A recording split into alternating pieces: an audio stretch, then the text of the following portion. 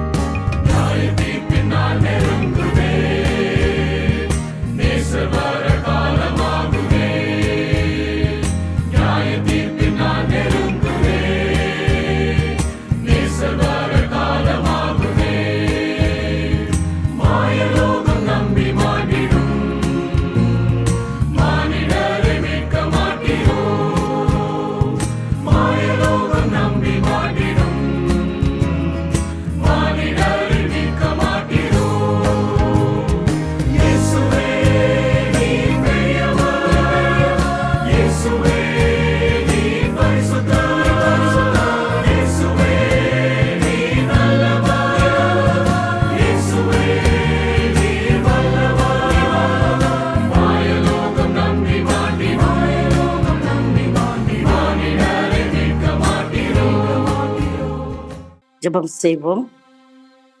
எங்கள் அன்பு நிறைந்த ஆண்டவரே, இந்த நாளுக்காக நன்றி செலுத்துகிறோம். இந்த நாளிலும் சிந்திக்கின்ற இந்த கர்த்தருடைய வார்த்தை எங்கள் எல்லாருக்கும் ஆசீர்வாதமாக அமைய வேண்டும் என்று ஜெபிக்கிறோம். இயேசுவின் நாமத்தில் ஜெபிக்கிறோம் அன்புள்ள தகப்பனே, ஆமென். ஆண்டவராகிய இயேசு கிறிஸ்துவின் இனிதான நாமத்திலே உங்கள் அனைவருக்கும் நல்வாழ்த்துக்களை உங்களோடு கூட பகிர்ந்து கொள்கிறேன். இந்த நாளில் எனக்கு கொடுக்கப்பட்டிருக்கிற தலைப்பு எபேசியர் 1:7 கொடுக்கப்பட்டிருக்கிறது. அதனுடைய தலைப்பு மீட்பின் கடவுளுடைய திட்டமாகிய சிலுவை என்கிற தலைப்பில் தான் இன்றைக்கு நாம் சிந்திக்க இருக்கிறோம்.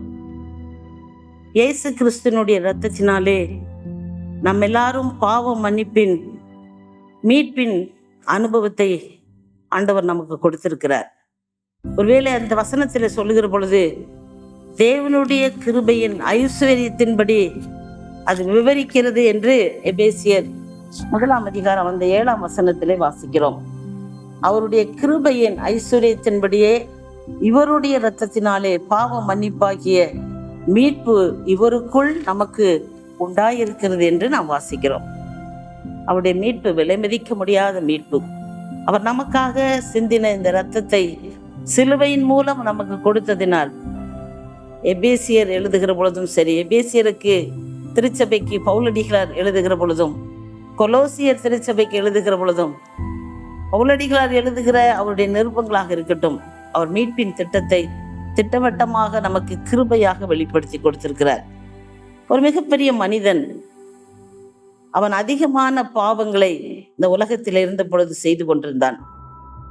அவனுக்கு தாம் செய்கிறது தவறுதான், இதை எப்படியாவது நான் திருத்திக் கொள்ள வேண்டும் என்று சொல்லி ஆண்டவரிடத்துல ஒரு நாள் மன்னிப்பு கேட்டிருக்கிறான். ஆனால் அவன் பாவங்களை அவன் விட்டுவிடவில்லை. ஆனால் மன்னிப்பை மாத்திரம் கேட்டுக்கொண்டே இருந்தான்.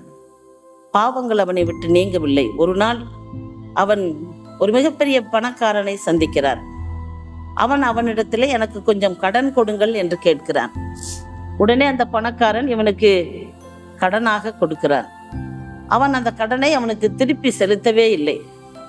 பணக்காரன் அவனிடம் தன் கடனை கேட்ட பொழுது என்னால் கொடுக்க முடியவில்லை என்று சொன்ன பொழுது அவன் உடனடியாக சொன்ன வார்த்தை, நான் உனக்கு கொடுத்த இந்த பணத்தை நீ எனக்கு திருப்பி தர வேண்டாம், நான் அதை உனக்கு பரிசாக கொடுக்கிறேன் என்று சொன்னானாம். அதை கேட்ட மாத்திரத்திலே அவன் மிகுந்த மகிழ்ச்சி அடைந்து அந்த பணக்காரனுக்கு தன்னுடைய உள்ளத்தின் ஆழத்திலிருந்து நன்றி சொல்லியிருக்கிறான். நீர் எனக்கு செய்த இந்த விலை மதிக்க முடியாத ஆசீர்வாதத்துக்கு நான் நன்றி சொல்லுகிறேன் என்று சொல்லியிருக்கிறான். இது ஒரு கதையாக சொல்லப்பட்டிருந்தாலும் இதன் மூலம் நாம் என்ன கற்றுக்கொள்கிறோம் என்றால், கடவுள் நம்மை ஒவ்வொரு நாளும் அவருடைய சமூகத்திலே பரிசாக அவருடைய பாவ மன்னிப்பின் நிச்சயத்தை, கிருபையை நமக்கு கொடுத்து கொண்டே இருக்கிறார், பரிசாக கொடுக்கிறார். ஆனால் நாம் அவரிடத்துல எத்தனை பாவ கடன்களை வைத்திருக்கிறோம், அந்த கடன்களை நாம் நிவர்த்தி செய்யாமலேயே வாழ்ந்து கொண்டிருக்கிறோம். ஆனால் நம்முடைய பாவங்களை நம்மை விட்டு முற்றிலுமாக அவர் நீக்கி விடுவதற்கு அவர் சிலுவையிலே நமக்காக மீட்பின் இரத்தத்தை சிந்தினபடியினால் அவர் பரிசாக நமக்கு கொடுத்திருக்கிறார்.